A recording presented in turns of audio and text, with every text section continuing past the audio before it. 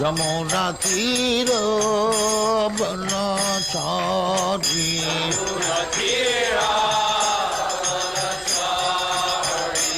Jamuna tira banachari.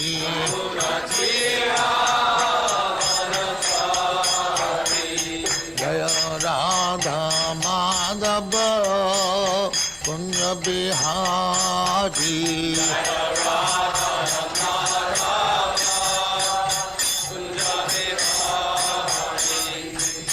Gopi Jana Vallabha Girivaradhari.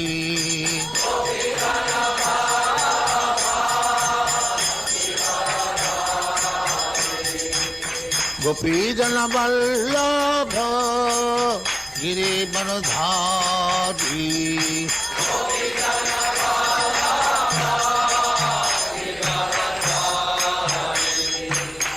Yasodhanandana Vrajajana Ranjana.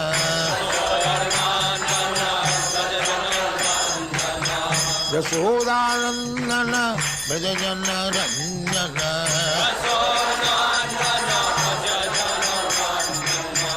Yamuna Tira Banachari.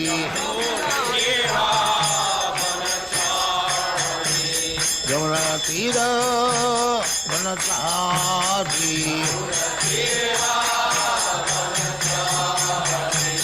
Jaya Radha Madhava Kunja Bihari.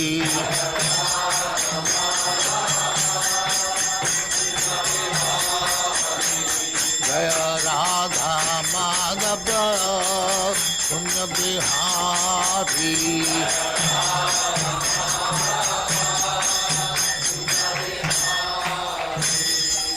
Jai Amaspa Paramahansa Parivrajagacharya Sattvaresvara Samadhati Siddhanta Saraswati Goswami Prabhupada ki Jai. Ananta Koti Vaishnava ki Jai. Ramacharya Sri Haridas Thakur ki Jai.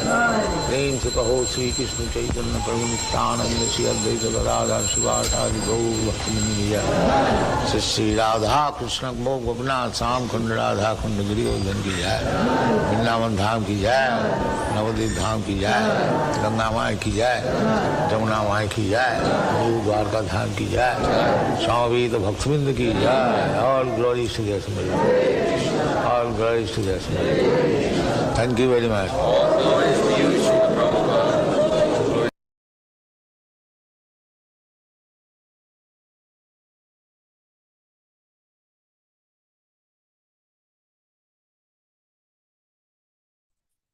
Hare Krishna, dear devotees, please accept our humble obeisances. All glories to the Srila Prabhupada.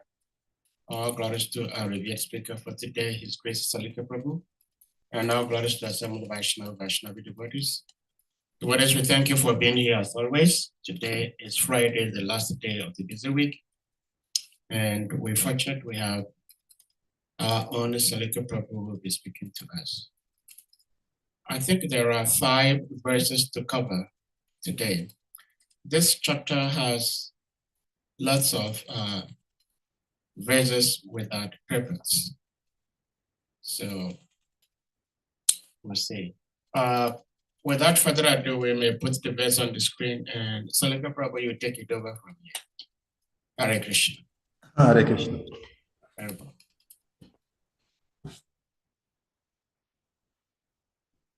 Om Namo Bhagavati Vasudevaya. Om Namo Bhagavati Vasudevaya. Om Namo Bhagavati Vasudevaya. Narayana Namaskritam Narayachaivam Naruttamam Devi Saraswati Vyasam Tatu Jayam Udiraye.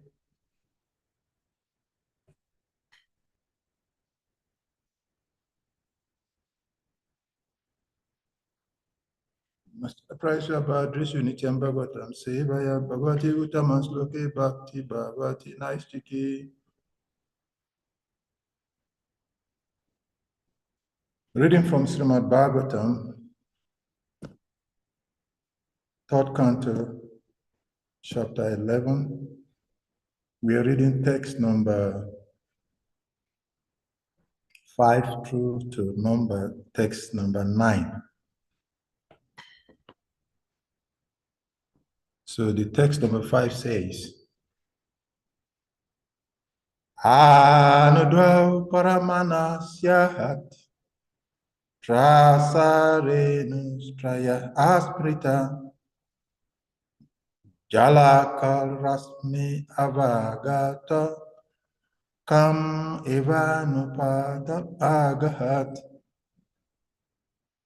Translation. The division of gross time is calculated as follows. 2 atoms make 1 double atom, and 3 double atoms makes 1 exatom. This exatom is visible in the sunshine, which enters through the holes of a window screen. One can clearly see that the exatom goes up towards the sky. Purport. The atom is described as an invisible particle, but when 6 such atoms combine together, they are called trasarenum, and this is visible in the sunshine pouring through the holes of a window screen. Text number 6. Trasarenu trikambu tehe yakala satruti smrita satabagas tu vedas yahat tais tribis tu lava asmrita. Translation. The time duration needed for the integration of 3 trasarenus is called a truti, and 100 trutis make 1 Veda. 3 Vedas make 1 lava. Prabhupada purport. It is calculated that if a second is divided into 1,687.5 parts, each part is the duration of a truti, which is the time occupied in the integration of 18 atomic particles.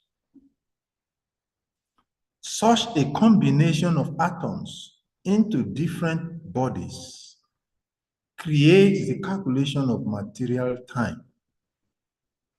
The sun is the central point for calculating all different durations. Text number 7. Nimesastri lavodneya amnataste traya akshana shanam panchavidukashtaham laguta dasa panchacha. Translation. The duration of time of 3 lavas is equal to 1 nimesha. The combination of 3 nimeshas makes 1 shana. 5 shanas combined together make 1 kashta, and 15 kashtas make 1 lagu. Purport by Prabhupada. Srila Prabhupada says that by calculation, it is found that 1 lagu is equal to 2 minutes. The atomic calculation of time in terms of Vedic wisdom may be converted into present time with this understanding. Next verse. Text number 8.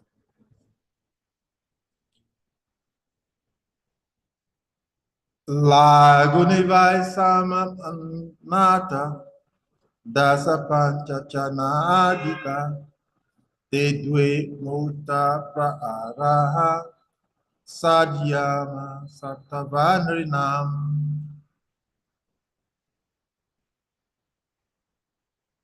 15 lagus make one nadika, which is also called a danda.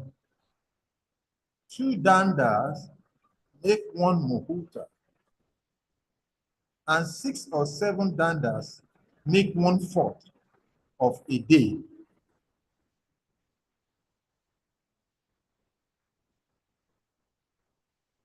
Or night, according to human calculation. Text number 9.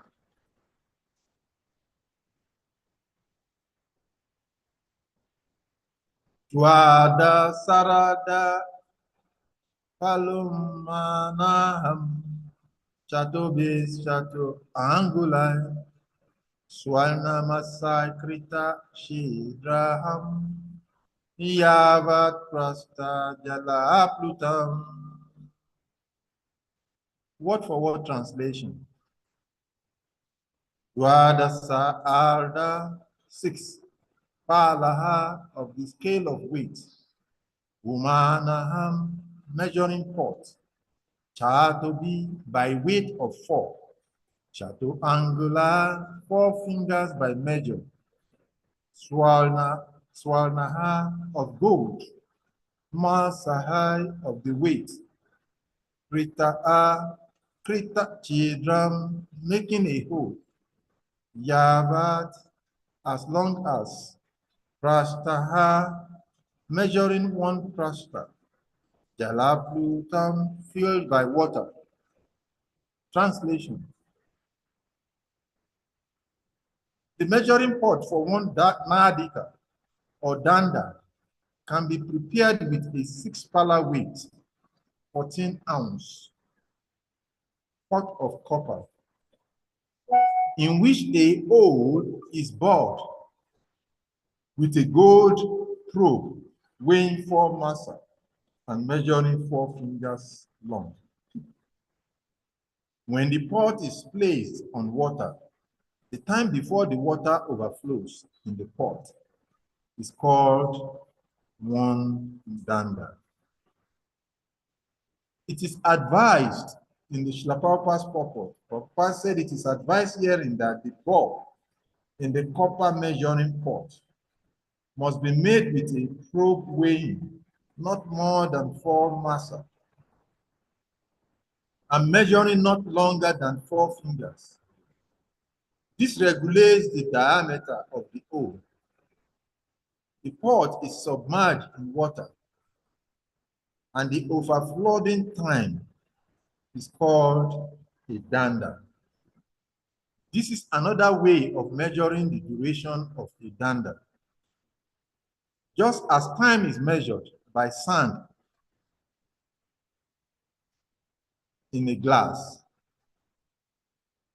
it appears that in the days of Vedic civilization, there was no depth of knowledge in physics, chemistry, and higher mathematics. Measurements were calculated in different ways, as simply as could be done. Om Agyanam Timirandasya Gyanam Gyanam Salahakaya Shakshumiritam Jena Tasmai Shri Gura Ave Nama.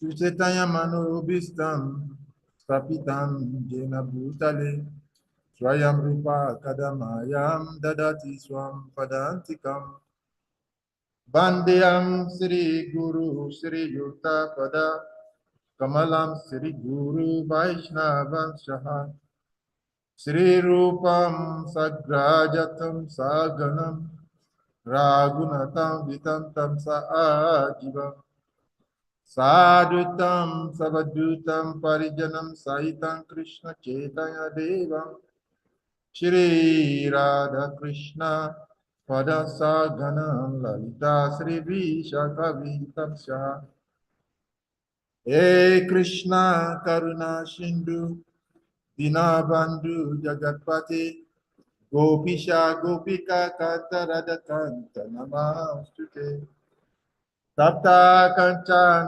Gorangi Radhevinda Vaneshwari Rishabhanusute Devi Pranamamim Aripriye Mukankaroti Vachalam Pangam Lagayate Giri Yakripatam Bande Shri Guru Natarina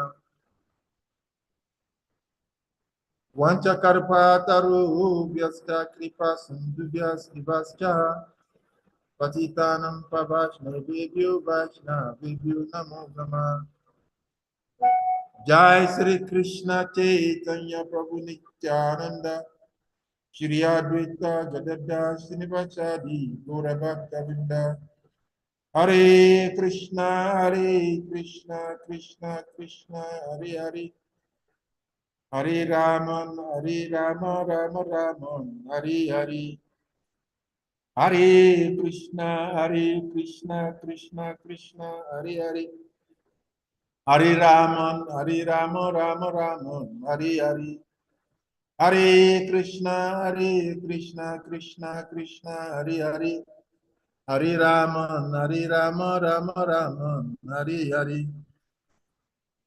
Jai Sri Krishna Bhagavan ki Jai Srimad Bhagavatam ki Jai.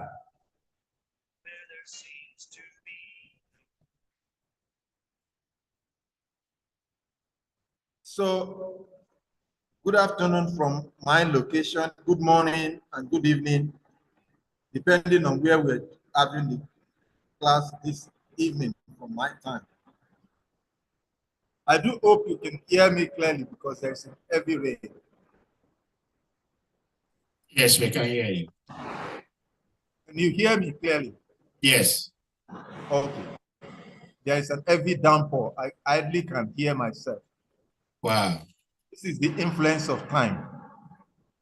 And that is the subject matter that we're discussing today. Before going into the subject, I want to offer my respectful obeisances unto the Supreme Personality of Godhead, Narayan. Unto Narayan Rishi, the supermost human being. Unto Srila Vyasa Dev, the author of the Srimad Bhagavatam, to Mother Sarasvati, the goddess of learning. Unto the Parampara Acharya, unto Srila Prabhupada, by whose mercy we can discuss this subject matter that is bewildering the whole scientists in the material existence. But by the mercy of the Vaishnavas, we are seated here discussing this highly complex, sophisticated subject matter. I pray to all of the Vaishnavas on this platform that I may be able to do justice to this set of verses of the Srimad Bhagavatam for my purification and for the pleasure of my spiritual master, by whose mercy I'm called a Das. The subject matter we are discussing this evening is such an interesting one, not only from the spiritual perspective, but from also the material perspective. And when we look at this subject matter, it puts to test the validity, the importance, the claims, and the assertions of material education. In the early days, when we joined devotional service,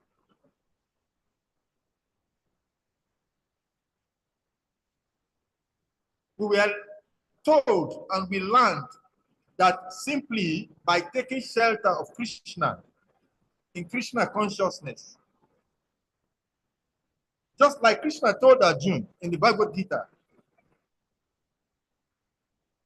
I shall teach you this subject matter, after knowing which there will not be anything left for you to know. And when we read such verses in those days, we start wondering, what is the value of material education? So for this purpose, many devotees left their material educational pursuit. And it has become a very topical subject matter in our ISKCON movement, that devotees debate, what is there the need for material education?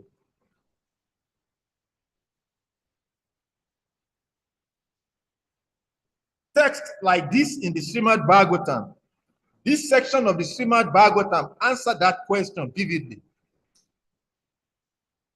Because material education has no origin outside of spiritual knowledge. That is what verses like this in the Srimad Bhagavatam is affirming to us. In other words, what is called material energy or material subject matter or material education is the pervasive understanding of the subject matter which the Srimad Bhagavatam and the Vedic literatures has established millions of years in the past. When we look at the first verse in this text, the word used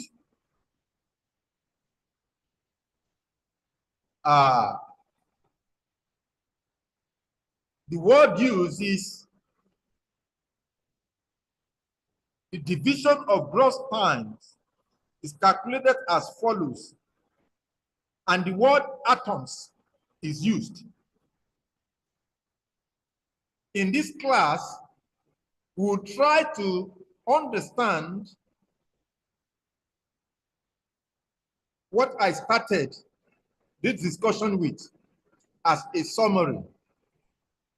Because at the end of the study of Srimad Bhagavatam, at the study or hearing or speaking or associating in a sangha of Srimad Bhagavatam, one must be able to relate that subject matter to oneself.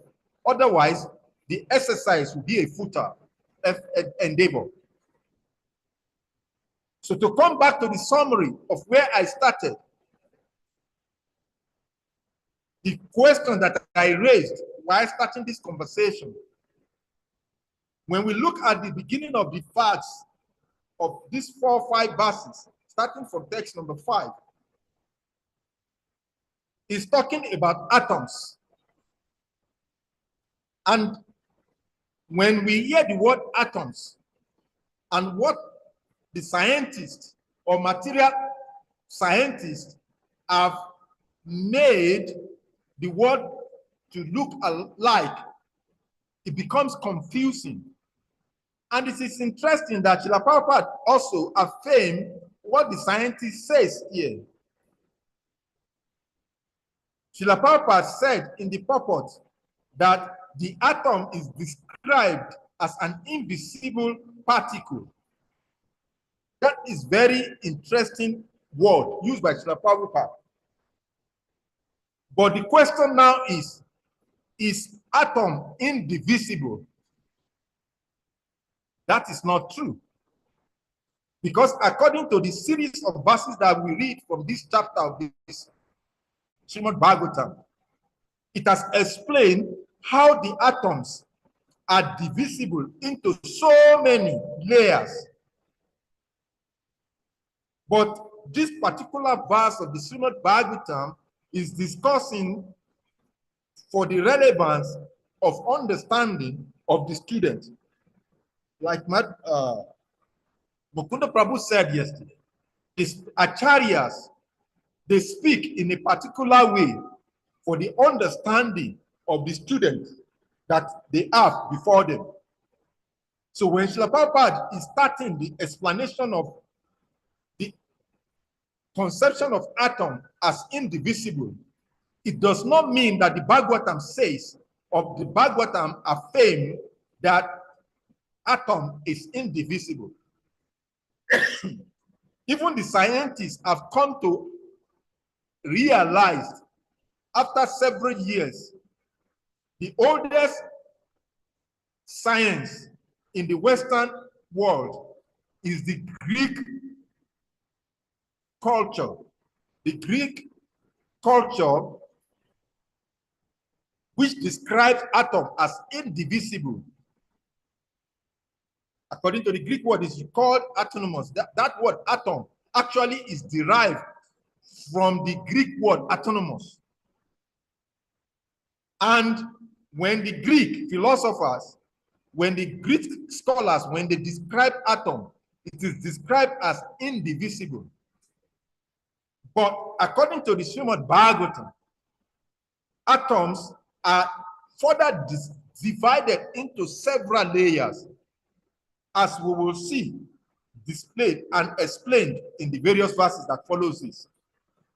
And the scientists have come to realize that after the Gregorian or the Greek assertions of the atoms indivisible, over time, the Greek have come to realization, and this is the nature of material science.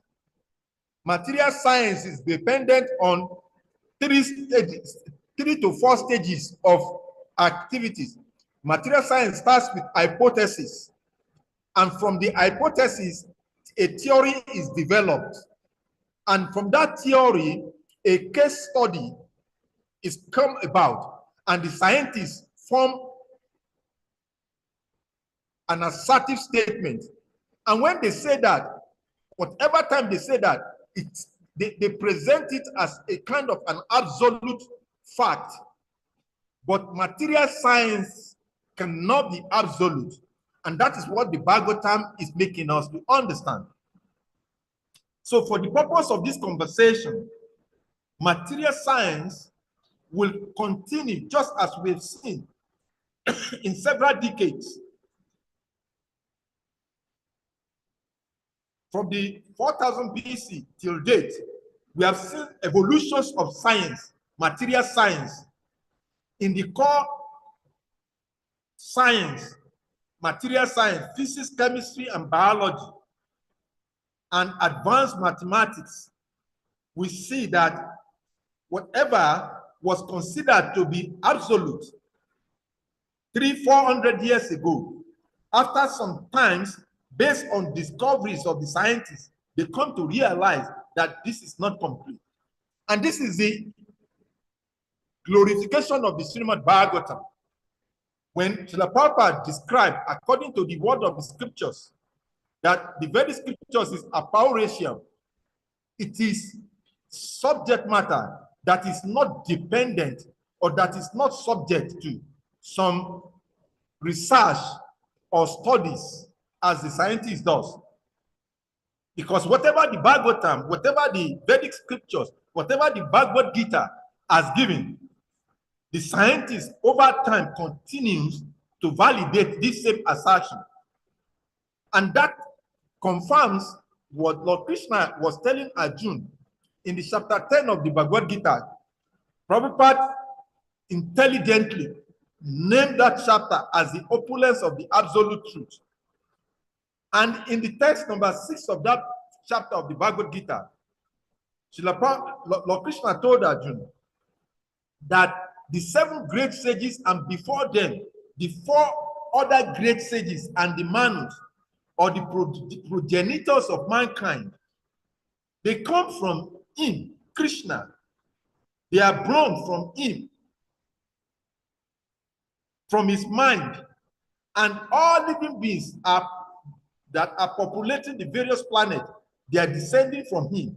And in the next verse, Krishna says that one who is factually convinced of this opulence and mystic power of mind engages in what is the conclusion of our conversation, devotional service. And Lord Krishna told Arjuna, of this there is no doubt. So as we study these verses of the Srimad Bhagavatam, from text number 5 to text number 9, we will observe that each of the verses are having some purport. And traditionally, when we have a verse that has a purport, we stop on that verse and discuss on it. If we have to discuss this text number 5 alone in 100 classes, we will not be able to exhaust the subject matter, because for one to, according to the material system of education, based on scientific process, an hypothesis is laid, and from the hypothesis, one develops a theory. So when we, just like Mukunda Prabhu was telling us yesterday, from narrative, the acharyas try to present the absolute truth in a particular way. And this just text number 5, when we start looking at it from the way the scientists perceive this one word, atom, when we look at how the Abrahamic religion, the Christian Bible, the Muslim Quran, the way they look at this subject matter of just one word, atom, it is inexhaustible. Why? Because Krishna is inexhaustible. He is unlimited. And that is why he says, Aham Sarvasya Prabhava.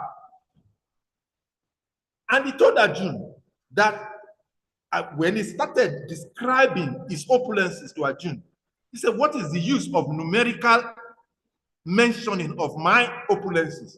Because they are inexhaustible. But what is the relevance?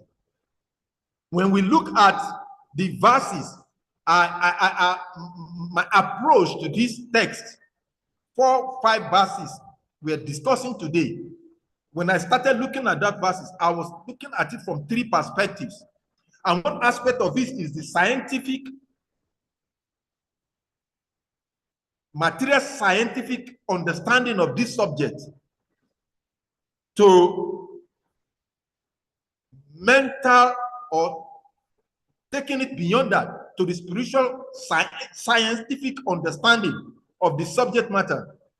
If we want to go into this subject matter, according to the Vedic system, time in itself is described as SALIKA, and this subject matter is embedded in the Vedic cosmology that encompasses a vast period, and it breaks down this subject matter into a detailed subject matter.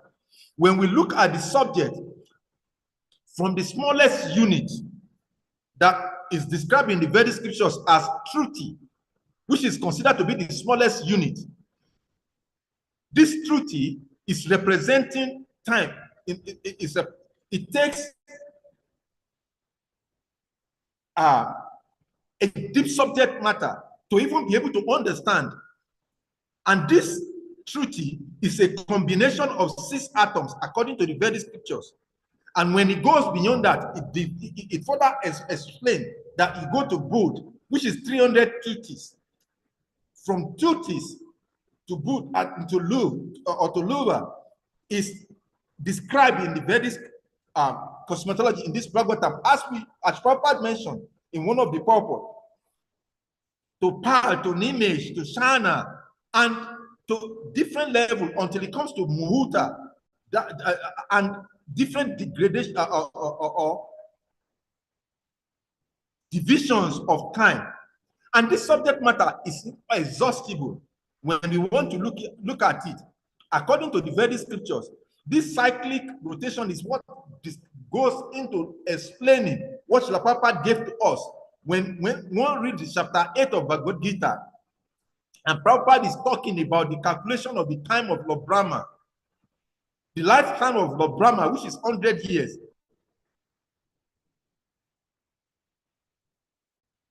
Which, according to the Mahayuga, is about 72 million years.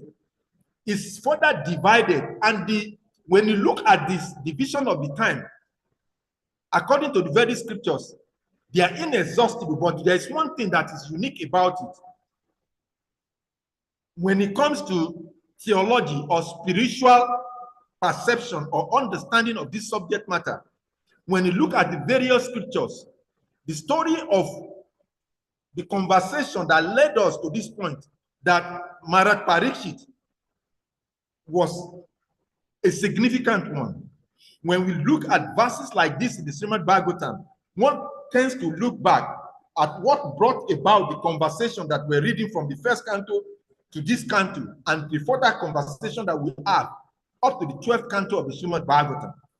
When we look at the beginning of this subject, it was a subject of time that is given to Maharaj Parikshit.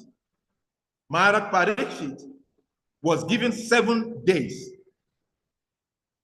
to live before he quits.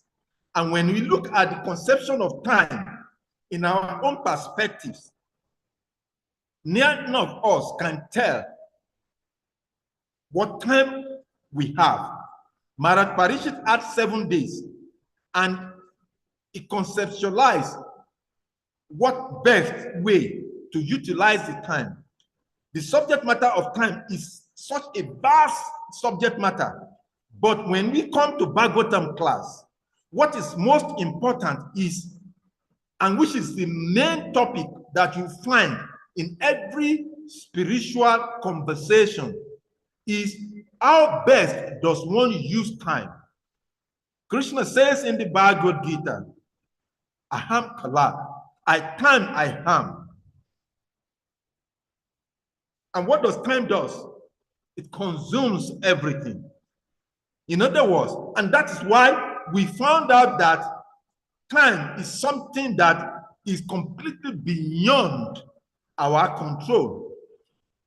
It is eternal, although we are eternal, but because we are living in an environment that is controlled by time, which is Krishna, we cannot comprehensively grasp the concept of time. So the Acharyas thought that what is the benefit, what is the use, what is the purpose, what is the importance of studying time? The importance of studying time is, how do we use our time? Let us take it that in Kali Yuga, according to the scriptures, the Western scriptures, the Abrahamic scripture says that in this age, our lifespan is 70 years. The Vedic scripture says that in Kali Yuga, if one lives a good life, it could live up to 100 years. And now, time, just like any valuable that we have, how do we use this time is what is the core essence of the whole of the conversation of this subject matter of time. When we want to go deep into the subject of the detailed scientific explanation of time, it is inexhaustive, because in one's lifetime in Kali Yuga, the scientists will continue to discover further the division of the atoms, which is the base point of discussions on these several verses that we're reading. Because even if they have a 200 life span in this age, they will not be able to exhaustively discuss the subject of time. So what is important, what is crucial in discussing these verses is that how do we use the time that is allotted to us? In the case of Maharaj Parikshit has an allotted time. At the time he came to realization that he had 7 times. You and I have not come to that point of realization. Because we have not come to that point of realization, and we may not come to that point of realization unless when it is too late. And that is why you see that at the time or the moment when someone is about to quit his material body, he starts wondering, oh, if I could be given another 10 minutes of 1 hour or 10 hours or 20 hours. We see several persons, they ask like this. There are several stories in the scriptures, both Western and Vedic scriptures, how some people who had the opportunity at the last moment of their life had an opportunity to ask a question. And each and every person asked that question, if I had the opportunity to live this lifetime again, this is what I will want to do. Majority of us on this platform have spent 10, 20, 30, 40. Some of us have spent 60, 70 years of age in this lifetime span. And if we calculate, according to the Vedic scripture, that we have a full 100 lifespan to live, it means that some of us have exhausted over half of the time that we have to spend.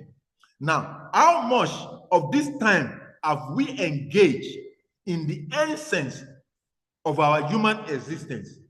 It is said in the several verses of the Srimad Bhagavatam, in the Bhagavad Gita, in the Vedic scriptures, even in the Western scriptures. The Vedic scripture says that the ultimate best use of human life is to come to that point when one is able to engage in loving devotion and service to the Supreme Personality of Godhead.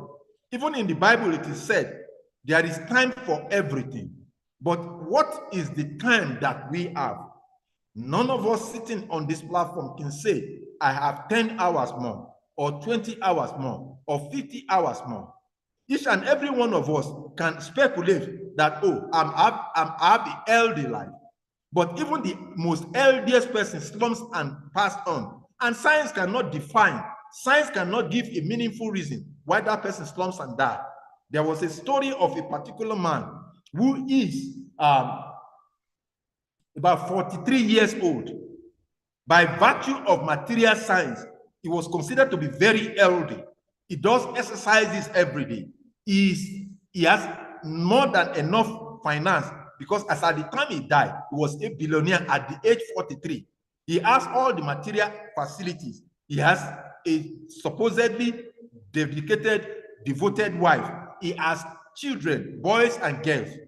And just one morning, he just woke up without any notification. He slumps and died. So the question here, just like Maharaj Parishit, who is the foundation of this conversation we are having, at 7 days, you and I doesn't have that. So what do we want to use with the time? Because the time that is available to you or me or anyone on this platform or anyone listening is this moment that we're talking. And when we wake up every morning, the acharyas have given us a sadhana, a process, how to engage time.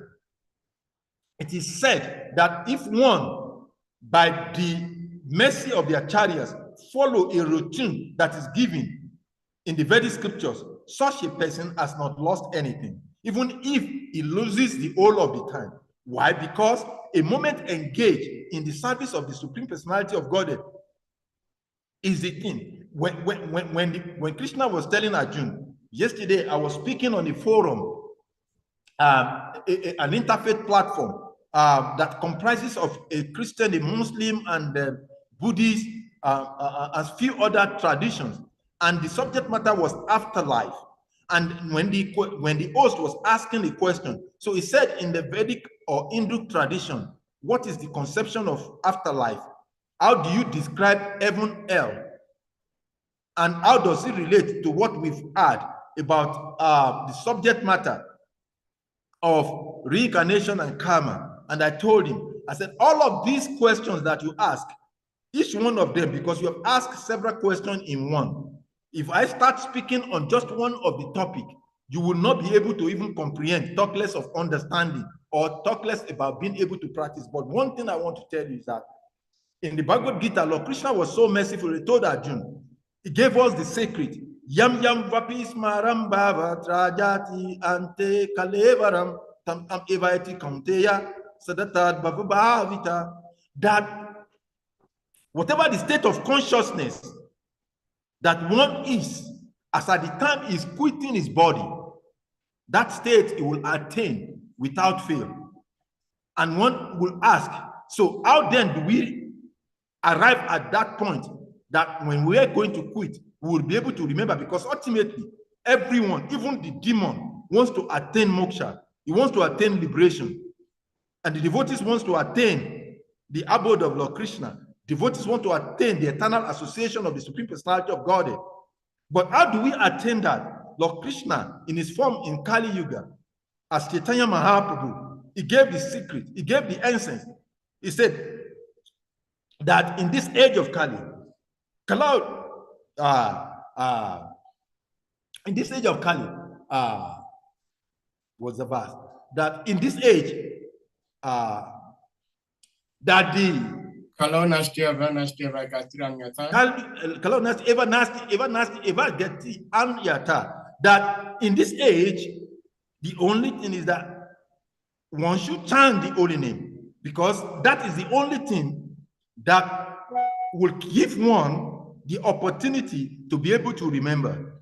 In the whole of the essence of life, 2 days ago, I was in a conference, and this is very significant to what we're discussing, because when we study the Srimad Bhagavatam, when we live the life of a bhakti, and one of the challenges that we see in devotional service is that even though somebody or someone may be in this process for 20 years, for 30 years, for 40 years of his lifetime, and one is in doubt when that person leaves, whether he has gone back to Godhead. Why is it so? Because the whole of this process of bhakti is not something that requires so much. It requires only one thing.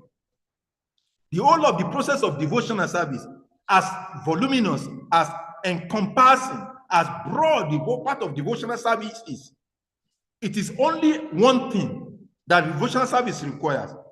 And that one thing, I was very enthused. We were discussing in a conference 2 days ago. It was an international conference on African democracy. And there was one Pan-African lady who was an ambassador for the African Union to United Nations for several years. Ambassador Arikana is her name. And when she was speaking, she is not an Hare Krishna devotee. She is not a follower of the path of Vedic tradition. But one outstanding thing that I saw in whatever she presented, whenever she was speaking, I was remembering Srila Bhakti Swami Maharaj. She was so passionate when she was speaking. But do you want to understand what is the most interesting thing about her speech?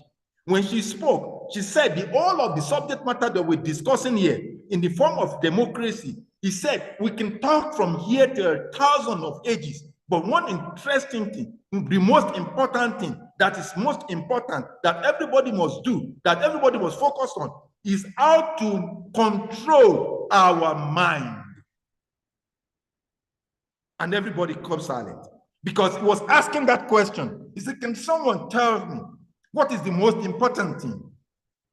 What must we do? How must we do it?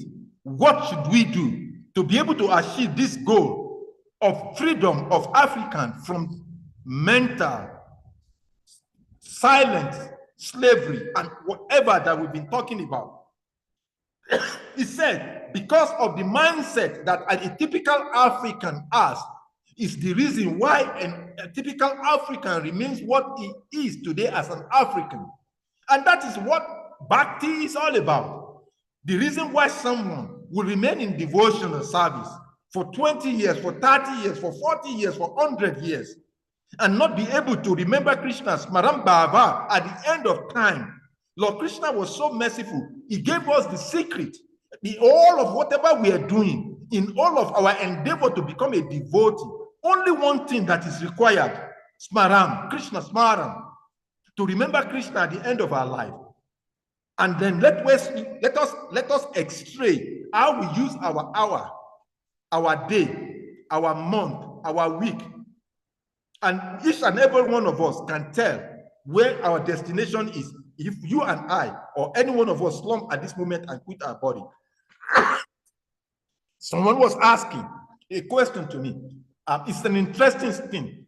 Recently, I was in Mexico, and I went to, and that relates to the verse we're talking about today. And that is why they said that one is not educated if he has not traveled the 7 islands of the world. Why?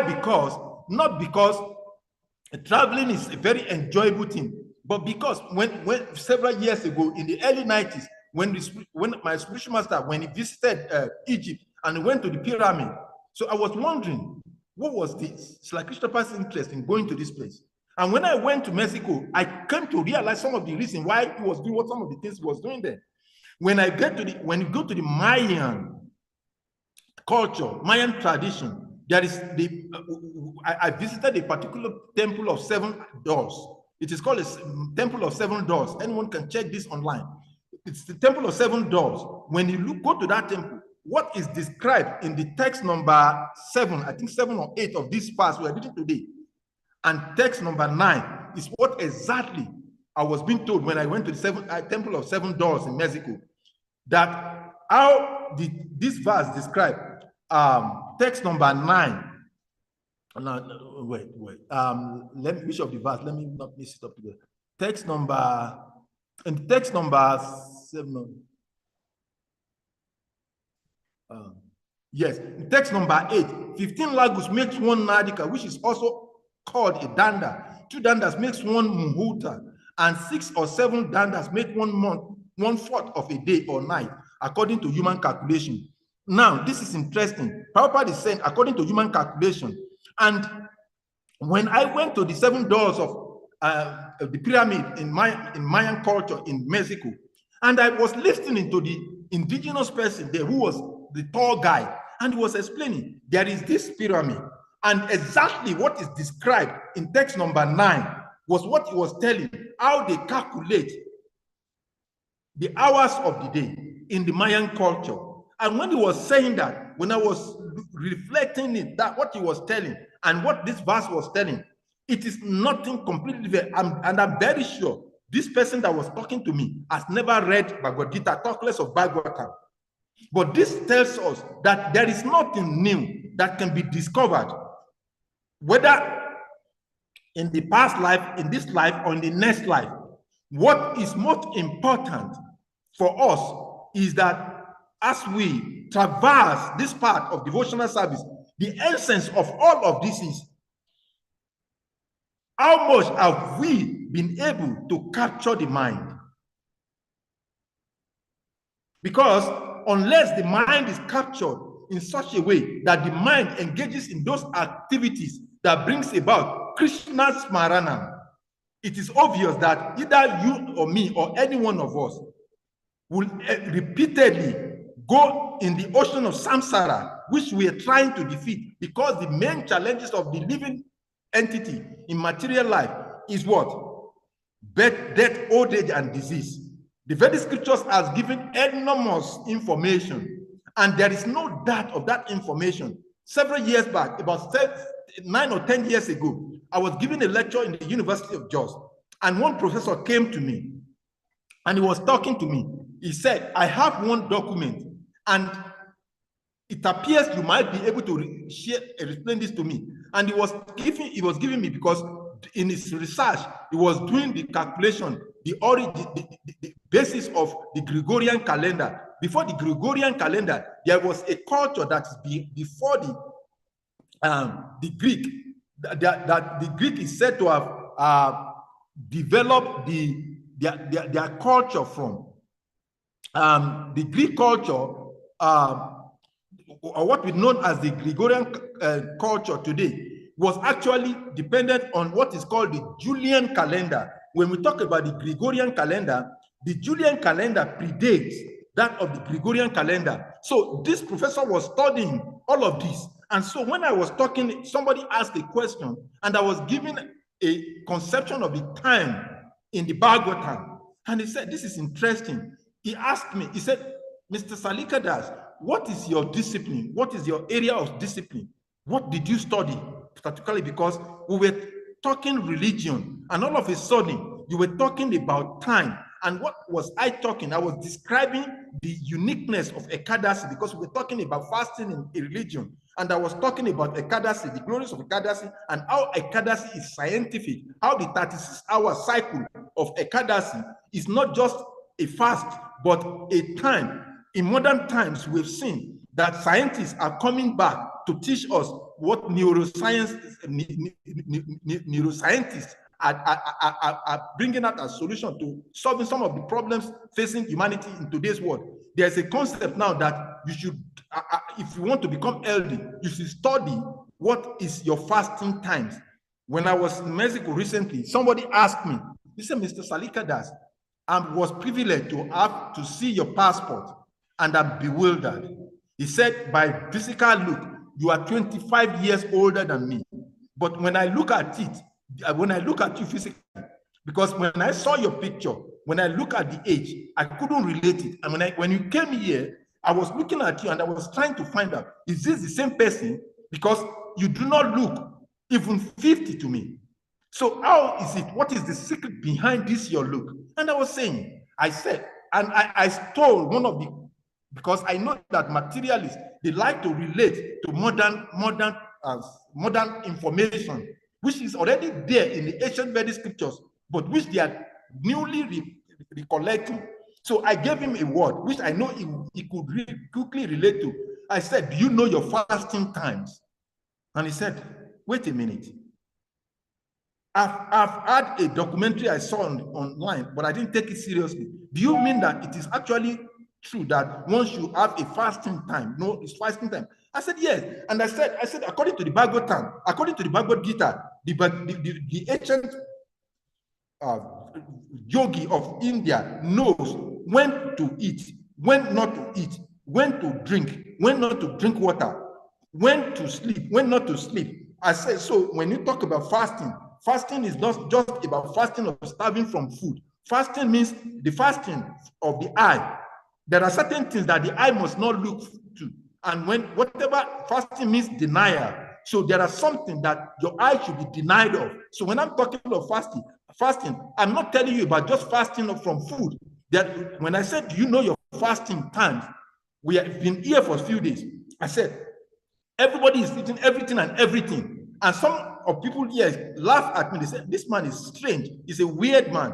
Why is he so selective in what he's eating? Because I know my fasting requirement for food. I know my fasting requirement for my nose. I know my fasting requirement for my tongue. I know the fasting requirement for my genital. And this is what Srila Rupa Goswami taught us, that one who can control the urge of the mouth, the belly, and the genital, he is what? Is the guru of the world. And this is what the acharyas have given to us in the Vedic scriptures. So when we look at the all of our process of devotional service, it is bordered only on one subject matter.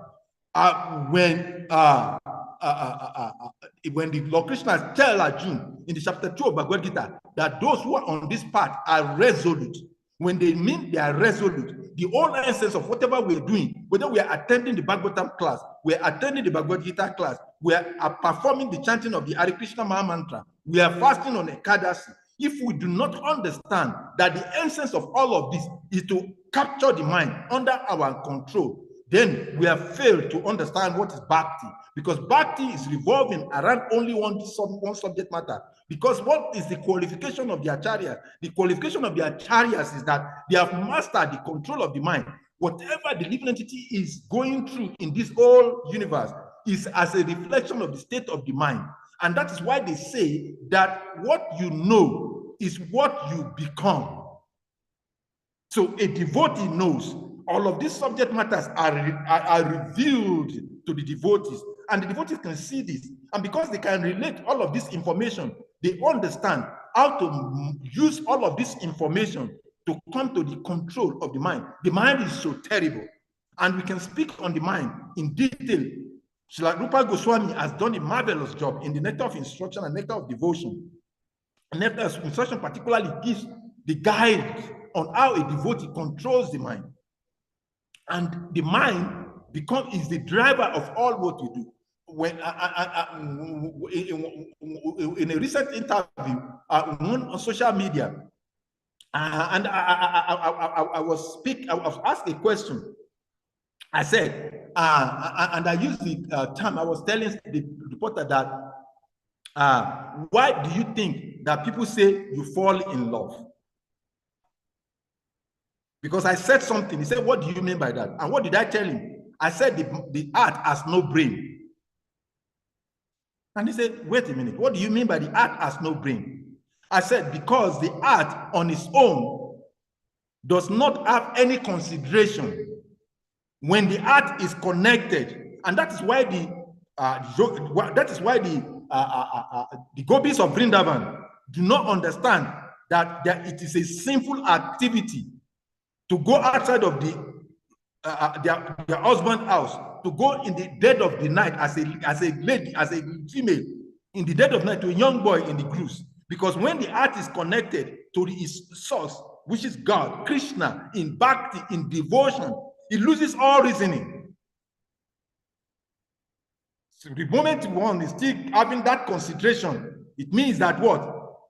It means that is not yet in love. So the symptom of love is that the heart has become the controller of the mind.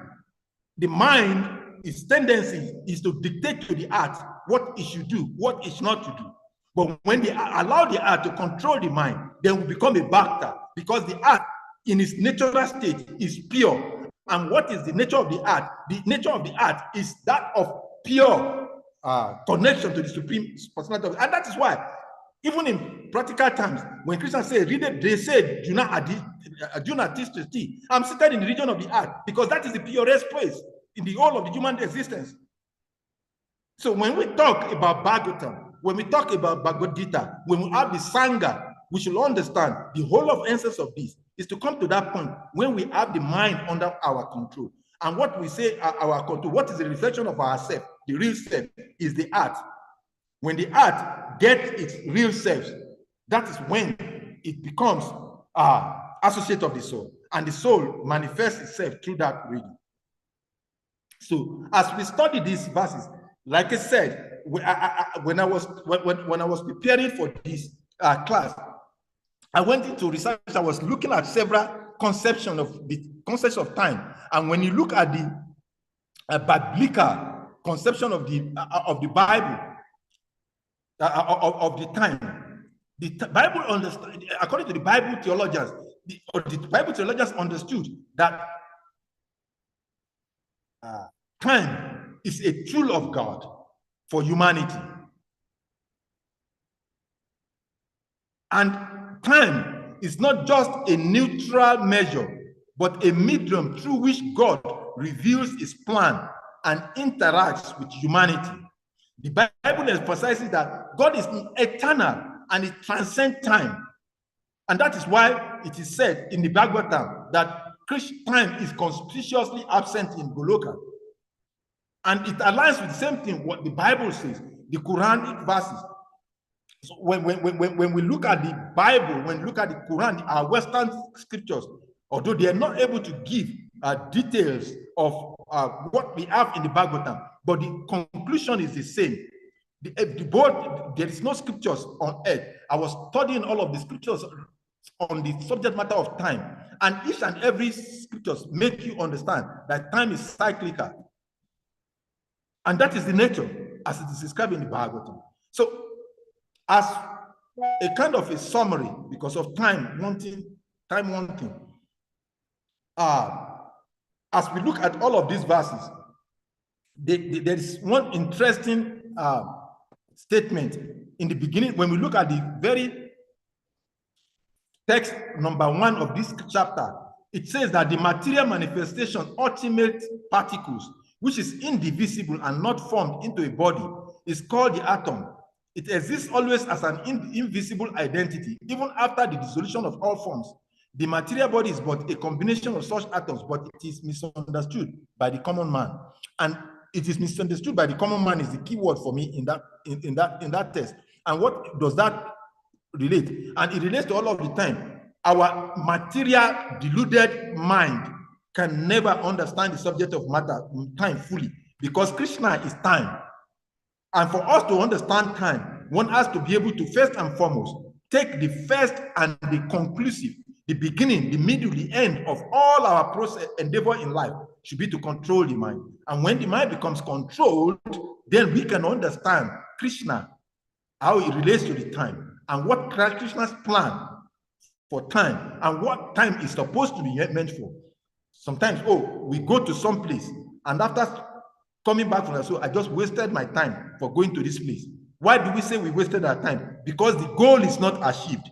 And how can we understand the purpose of time in creation of Krishna if we have not captured and controlled the mind and put the mind under the control of our heart, which is the expression of our love for Krishna? So this is the summary of my understanding of this verse.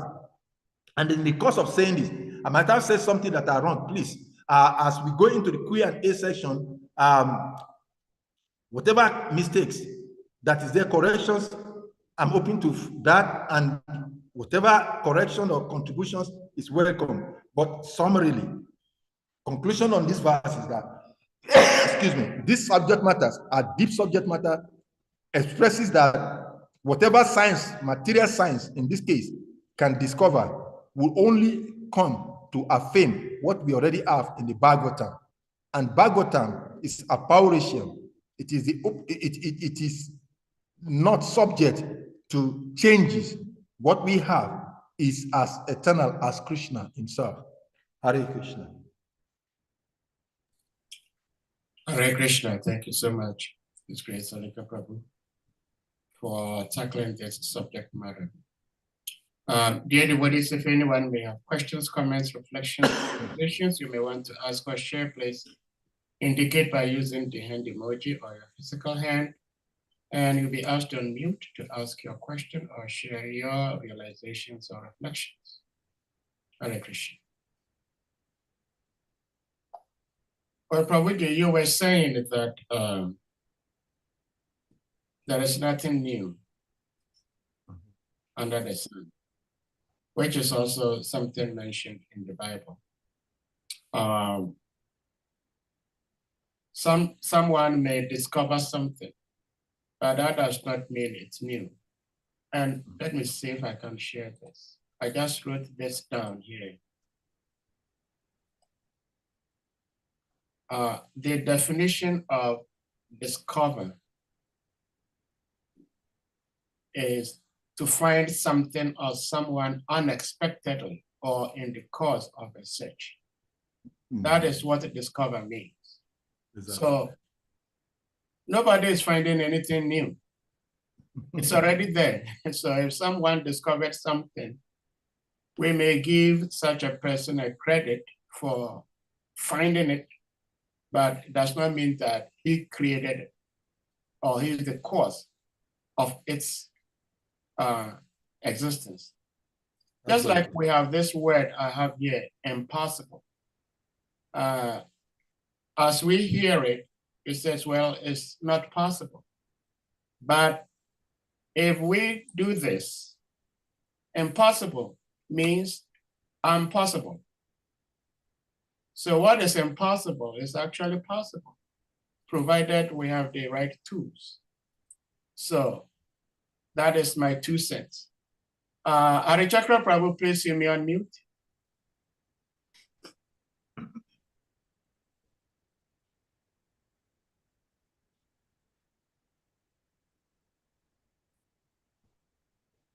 Arichakra Prabhu, are you still there?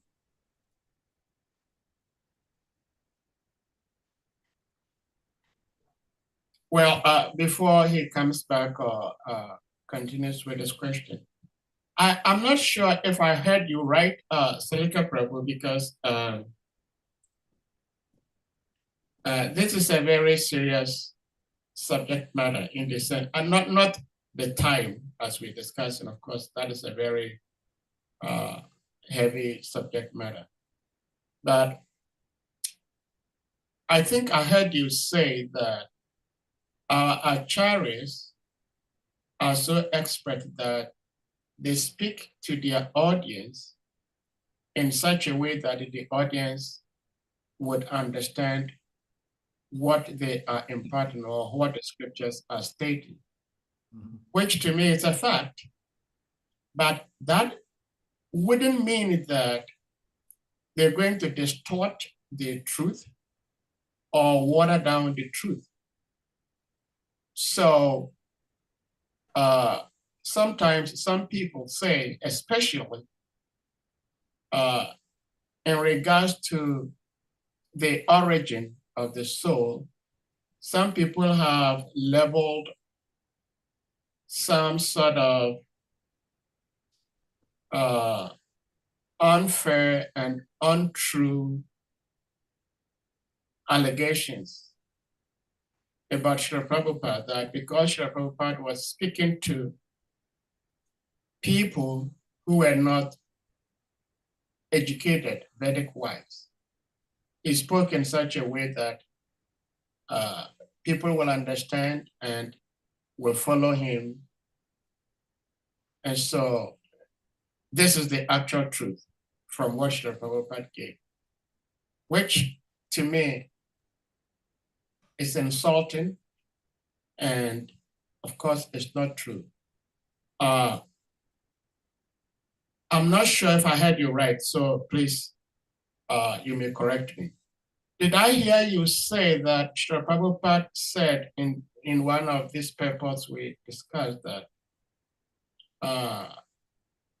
time is indivisible, but science teaches that time is divisible?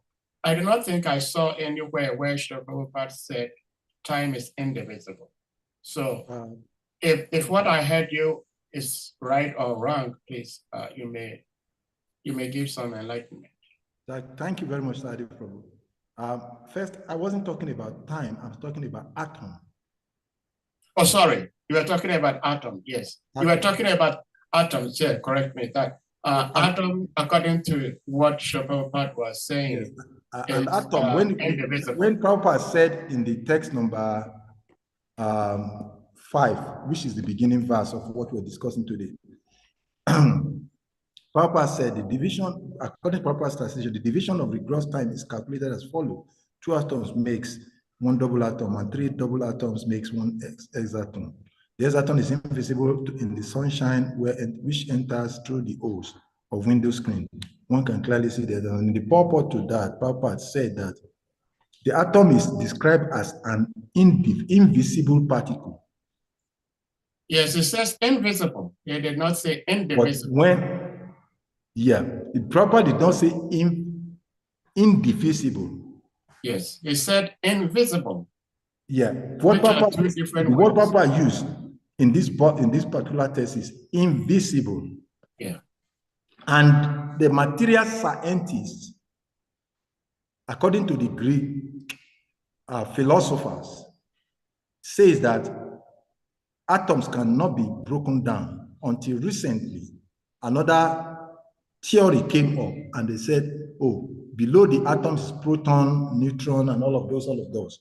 So, but because Prabhupada did not emphatically discuss the subject matter of atom below the atoms, there are some followers or readers of Prabhupada's book that conceive that Srila Prabhupada or the Vedic scripture does not explain or give knowledge of atoms or of knowledge of division of time below the atoms. There are some who has that misunderstanding that because Srila Prabhupada started talking from the atoms. When you look at that description of the whole of this chapter, Prabhupada giving the division of time from the atoms. But the Vedic scriptures, when you go deeper, you realize that this subject matter is further divided. But Prabhupada is talking from this particular text about atoms and multiple layers of atoms, 2 atoms, 3 atoms, but atoms below the atoms. Prabhupada did not go into explanation of that. So it was assumed by some that the understanding of the Vedic understanding of time is not below that subject matter of atom. And that is what I try to clarify because I've asked someone that says that assertion before. So it is not that the Vedic scripture does not have the understanding or conception of time below calculus, or whichever name the scientists want to use in whatever context, below the atoms. But atoms is divisible below the atoms. That is what I was trying to emphasize in discussing that subject matter. So, so in the presentation of the Bhagavatam subject matter on the subject matter of, well, let's call it what the scientists call it, the physics, chemistry, or the subject matter of mathematics or calculations, it is in some cycle understood that Prabhupada's presentation of calculation is from the point of atoms and above. Well, Hare Krishna, thank you. Hare Chakra Prabhu, please, you may unmute. No, I will go on. Let the next person come. I'll come back. Okay. So anyone else with something to ask or to share, please? You may do that. Otherwise, I have this other question.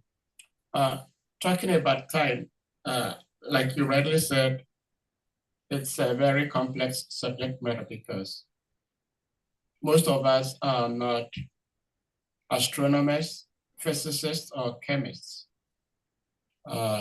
These are the fields that usually deal with time. And sometimes philosophers also try to deal with time. But it is very interesting how Srila Prabhupada is helping us understand this concept of time and atom. Because there is a particular, let me see if I can put it up here.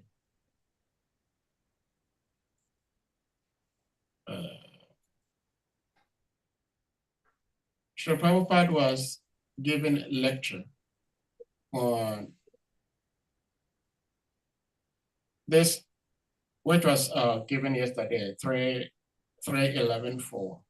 Srila Prabhupada says, there are 5 different names for the orbits of the sun, moon, stars, and luminaries in the firmament. And they each have their own samvatsara. The subject matters of physics, chemistry, mathematics, astronomy, time, and space dealt with in the above verses of Srimad Bhagavatam are certainly very interesting to students of the particular subject. But as far as we are concerned, we cannot explain them very thoroughly in terms of technical knowledge. The subject is summarized by the statement that above all the different branches of knowledge is the supreme control of color, the plenary representation of the supreme presence of Godhead. Nothing exists without him. And therefore everything, however wonderful it may appear to our meager knowledge, is but the work of the magical wand of the Supreme Lord.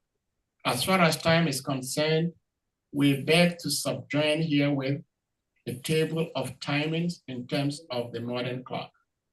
And then he goes by giving us all this explanation.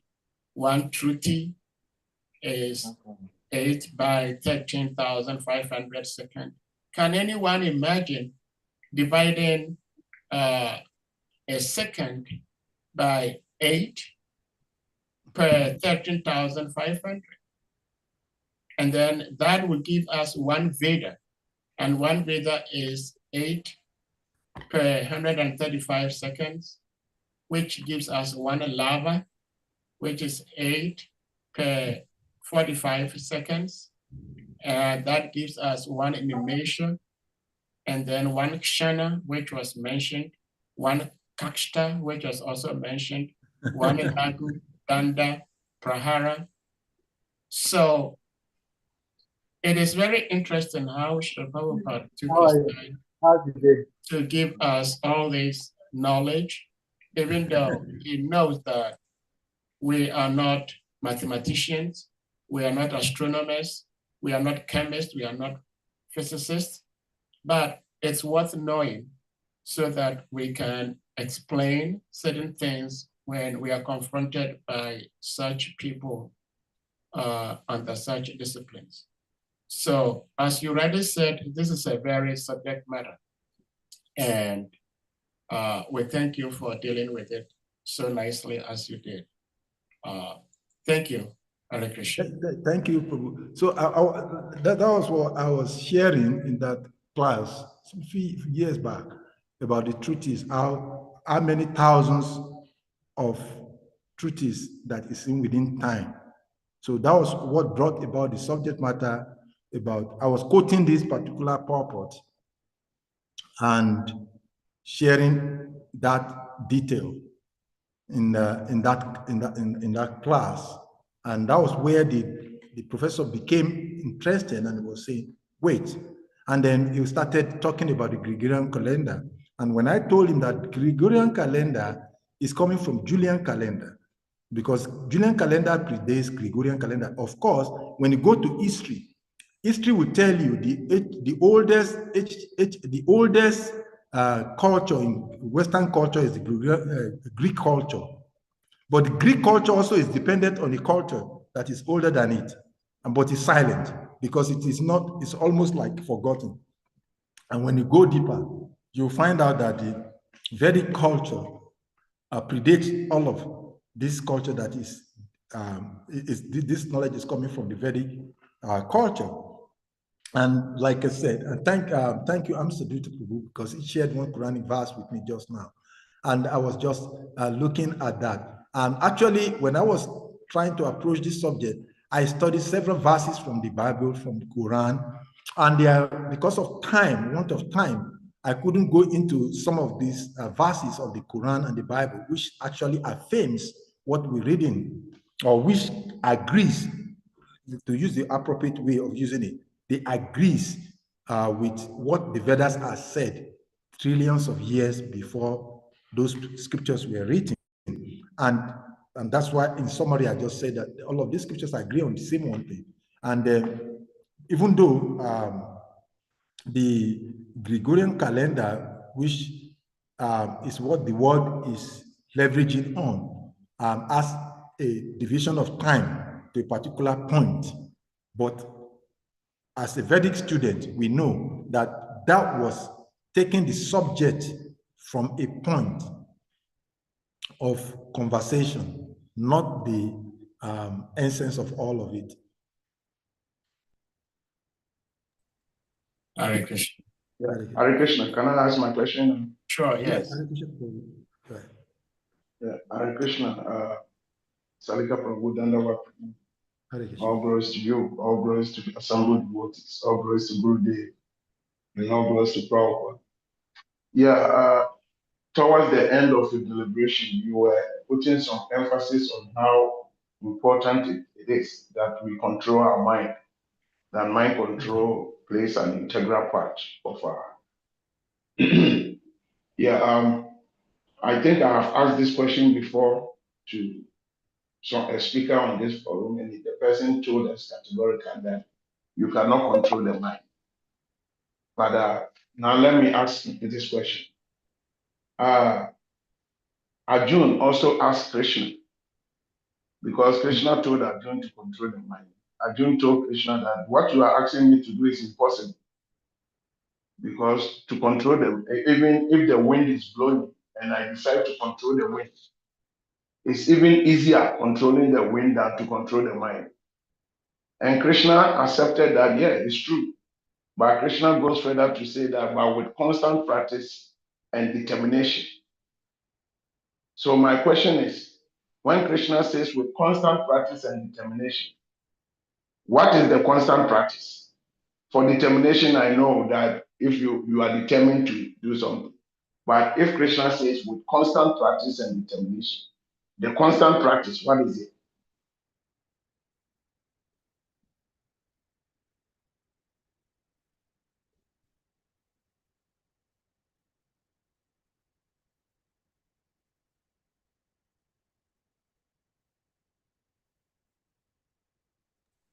Salika, you muted. Yes, sorry. Arishakra Prabhu, thank you very much for your question. If I get your question correctly, you're asking, what is this constant practice? Yeah, what is the constant practice Krishna is talking about? Thank you because very Krishna much. says with constant practice and determination. The constant practice that Krishna is talking about, yeah, the Bhagavad Gita chapter 6, text 34 and 35 describe what you use as the base of this question. And Chanchalam Himana Krishna. And Krishna answered Arjuna that yes, it is very difficult by constant practice. And when you go to chapter 14 of the Bhagavad Gita, Krishna gives an idea of what the constant practice is. And then he further explains it further. In chapter 14 of Bhagavad Gita, text number 60, Krishna says, Mam chayo vyabhichari na bhakti yojana sevate Saguna Samatiyatan Brahma Bhuyaya Kalpati. Sorry, if you can put that verse on the port, there's a statement Prabhupada used in the purport there. Because Prabhu is asking a very interesting and very important question. Can you repeat the 1426? 1426 of Bhagavad Gita. Yeah. Because every living entity in the material world is under the influence of the three modes of material nature. Everyone, from Brahma down to the lowest living entity, we are all under the influence of the three modes of material nature.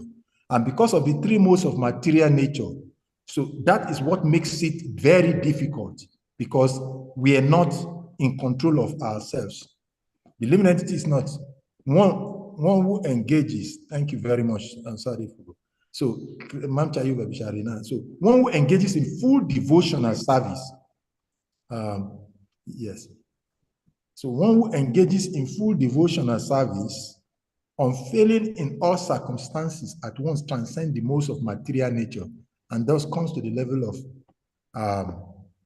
Brahma. When you go into the purport, Srila Prabhupada said, this is the third question, because in chapter 2 of Bhagavad Gita, there are some questions that Arjuna has asked, and this is the answer to the third question, which is what Harichakra Prabhu is asking us. And what is that question? What is the means of attaining the transcendental position? Because only unless one comes to the point of transcendental position, it cannot control nature. So as explained before, the material world is acting under the spell of the modes of material nature. One should not be disturbed by the activities of the mode of nature, instead of putting his consciousness into such activities. And this is the answer you are asking about Ashakya Prabhu. This is what Prabhupada said. He may transfer his consciousness to Krishna activities. That is the question you are asking. That's the answer to the question. One may transfer his consciousness to Krishna activities. And Prabhupada goes further to explain. Krishna activities are known as Buddhi Yoga, always acting for Krishna. This includes not only Krishna, but his different plenary expansions, such as Rama and Narayana. He has in some innumerable expansion, one who is engaged in devotional, in the service of any of this form of Krishna. And this form of Krishna, or of his plenary expansion, is considered to be transcendentally situated. One should also note that all the forms of Krishna are fully transcendental, blissful, and full of knowledge. And go to the bottom of the something. This is detail. Then Prabhupada concluded in the last paragraph on this verse. Then Prabhupada now said that he said, to be a personal assistant of a king, one must acquire the qualification. Thus, the qualification is to become Brahma, or free from all material contamination. It is said in the Vedic literature, Brahma San Brahma Brahmapi Eti. One can attain the supreme Brahma by becoming Brahma. This means that one must qualitatively become one with Brahma.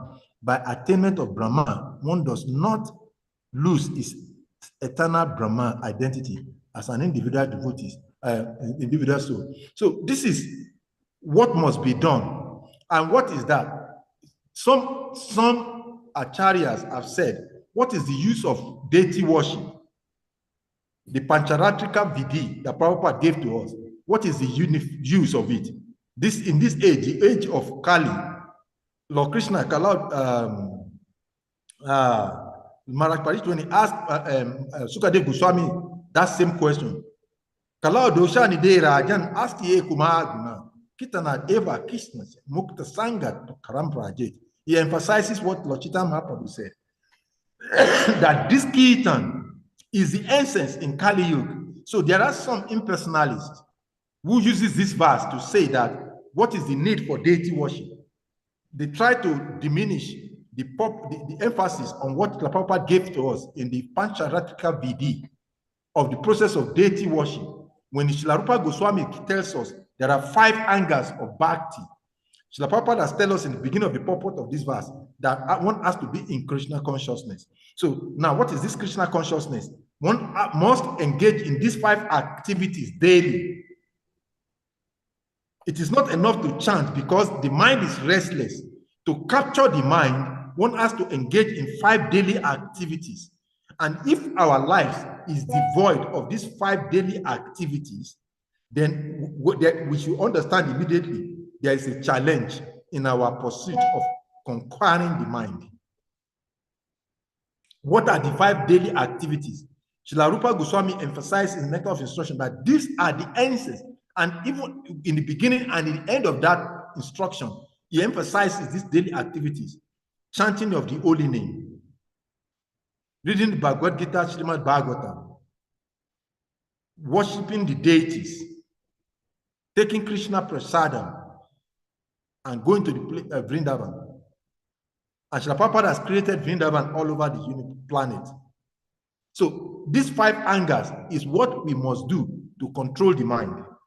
And that is why when you see the 5 first auspicious hours of the day, Srila Prabhupada has captured that by engaging us in a 5 hours of activities from 4 o'clock to 9 o'clock in the morning. That for everyone who wants to become a devotee in this age, he must use the first 4 hours of the day, because a Bhakta's day starts not by 7 or 8 o'clock as other people's or other persons in Kali Yuga. A devotee's day starts from 4 o'clock. And so Srila Prabhupada said that if you sleep on your bed after 4 o'clock, it means that you are already deviating from the instructions of the acharyas. So a devotee, whether in the temple or outside of the temple, must be able to wake up by 4 o'clock in the morning. And because Kali Yuga is so terrible, we have to rush to work by 7 in the morning, 6 o'clock in the morning in some cases. It becomes a challenge. But if one is able to make I arrange such a time, whether you live in the temple or outside of the temple, to capture the 5 first hours of the day, from 4 a.m. to 9 a.m., with these 5 activities that Prabhupada recommend, one will not be able to forget Krishna throughout the whole day. And material scientists have proven this. We all have discussed this even on this platform, that when you go on Google just once every day on one subject matter, whenever you go to Google, Google will repeat that thing to you. And AI is also built upon this same technology. When you go to AI and use AI and you focus on a particular subject matter, whenever you go back, I was writing a paper, I just published one paper in International Journal on Krishna consciousness and peace building. And I realized that because I do a lot of research in trying to present different topics on paper, but I realized that whenever I put a search on AI for assistance on any subject matter, it will add to it in Krishna consciousness. Whenever I put a search on any subject matter, whether it is on democracy, whether it is on peace building, whether it is on agriculture, whatever it is that I put my search I use Copilot a lot. And whenever subject matter I put on Copilot, it will add it to it. When it's giving me the reply, it will give me the reply in that subject matter, and it will add in Krishna consciousness to it, or according to Krishna perspective. And in some cases, it will referencing some Bhagavad Gita or Bhagavatam verses. Because in the past, when I'm doing it, whenever I search, it will give me so many references, but most of those references has no relation to Bhakti. So to connect it, I always will now put with Krishna conscious perspective, or sometimes I will add with reference from Bhagavad Gita. So whenever I'm putting those search now, it will give me that, even when I don't add it. So what must we do? The question is, what must we do to conquer the mind? by regular practice. What is this regular practice? It is these 5 things that must exist in our life daily. And if those 5 things are 1 or 2 or 3 of them are absent in our daily routine, we should know the mind is not going to be able to be overcome by us. To control the mind, we have to have these 5 activities. This is what is given by the Acharya, and it is a tested, proven activities.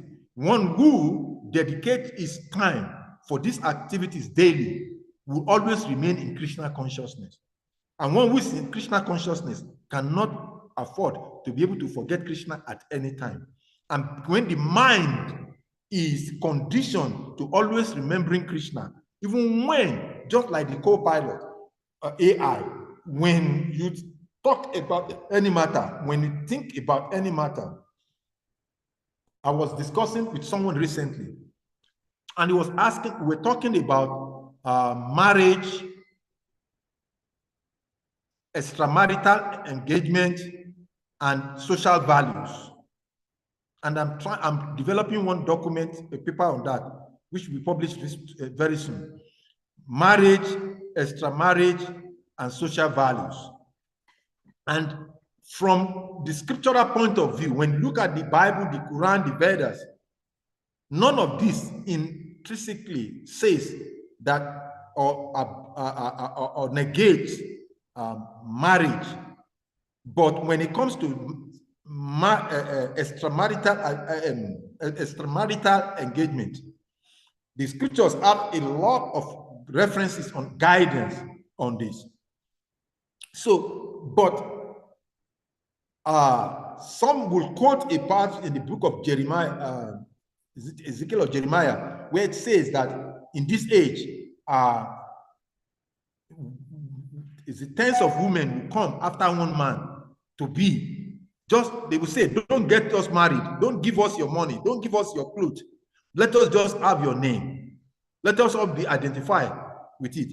I've seen that some Christian so-called theologians are using this verse now. They will say, okay, because the Bible says this in this age, so one can marry one wife because the Bible says one wife, one husband. And I say, where is it written in the Bible that one husband, one wife? Because when we look at the Bible critically, Bible does not actually say monogamy in the real sense of it, but they use that because Englishman has brought Western culture into Bible teachings, and everybody says the Bible teaches monogamy. But that is not the, when you go to the deep theology of Bible, it is not what it is said. But then that's another subject matter. So, but then they use these verses that, okay, the scripture says that in this age, there will be more women. And Bhagavad Gita also says that there will be more women than men. And we know the reason in the Vedic culture. We know that it's as a result of the less qualified men that we have more women in the society. But that's also another subject matter. But then they're saying that if you have one wife, because the scripture says you marry one wife, according to them, then you can have so many other women because you are helping, you are fulfilling the goals of the scriptures. You can see how degraded a Kali Yuga man can become. So they are justifying their extramarital affair because the scriptures have said that so many women would need shelter. So they are just giving them their name, they are giving them their personality or whatever, just to solve the problem of the world because there are too many women. So this is how degraded the mind can become based on material intelligence. But the acharyas and the scriptures are very explicit in what is required. So to summarize your question that you have asked, what are these constant practice? The constant practice has been given the patriarchal Vedic process that Srila Prabhupada has given to us, and Srila Prabhupada Goswami clearly outlined them, that these 5 activities must be practiced by one who is ready, who is interested in controlling the mind on a daily basis. And by these 5 regular activities daily, the mind will ultimately become subservient to the soul. I hope that helps. Yeah, it helps. Thank you. It helps. But in saying that, you bring me back to something you were also referring to. Okay. Because if I heard you right in the answer you gave, it means that you are you are saying that the performance of the bhakti process, the performance of the gradual bhakti processes is what will enable you bring the mind under control. Absolutely. Good. So, but in your deliberation, you were talking about how some people have been in this process for a long time, and they are not even relishing anything because their mind is not under control. Absolutely. So the actual question now is it the bhakti that brings the mind under control, or the mind control that brings bhakti? Thank you very much. Very beautiful question. Thank you so much for asking this question, Prabhu. And this is the symptom of someone who listens, who hears. Because when you hear, it generates thoughts in your mind. Thank you very much once again for asking this question. When we're talking about being in devotional service and not achieving the goal, means that we lose focus of the purpose behind the process. This process is given to us.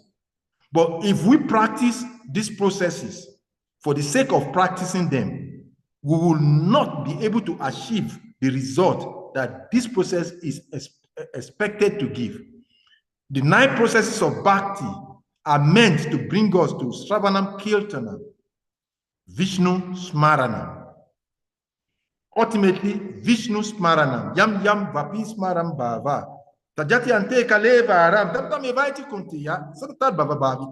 is the goal. That is what we are working for. The working is to come to that point that when that time comes, whether now, tomorrow, next hour, next year, 100 years, we are able to remember Krishna. That is the goal. And when we practice and not put in focus that our mind is supposed to be in this, that is where the mind should be, that ultimately the mind must remember Krishna, then it becomes an exercise, not a process. Because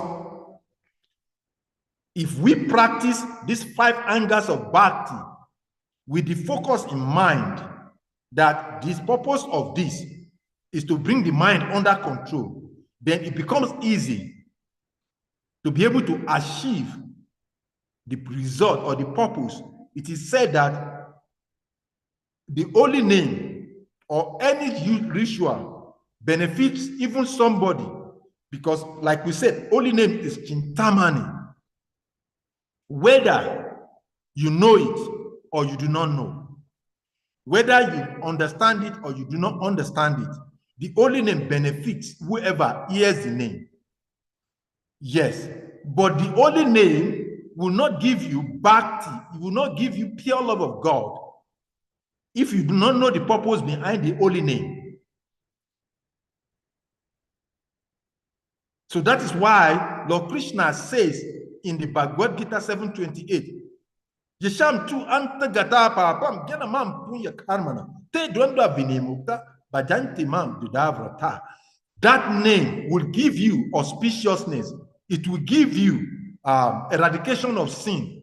It will give you attraction to the holy people. It will give you attraction to the holy name. And when that attraction develops, you become purified after so many lifetime of engaging in it. And then you can engage in bhakti.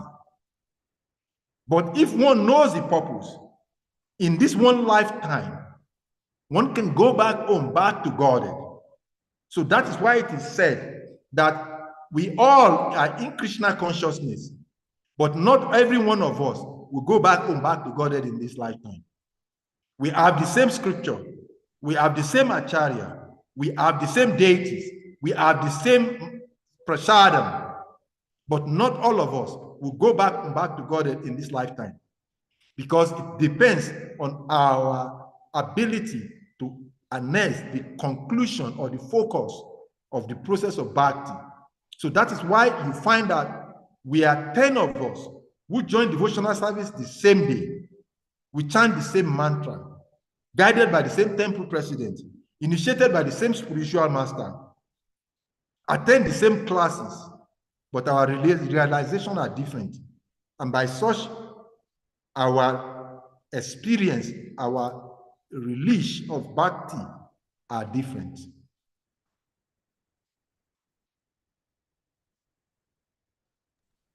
All right, thank you, Prabhu. I don't want to follow up again, but I'll give chance to other people to also go ahead.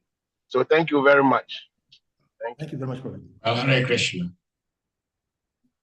Thank you for the questions, and Salika Prabhu, thank you so much for the answers. I think I saw Shriman Mukunda Prabhu here. Oh yes, Mukunda Prabhu, Hare Krishna. Thank you for being here. Would you mind if you have something to share? I don't know. I don't remember when you came in and what you've heard so far. But in case you have something to share, please give me on mute.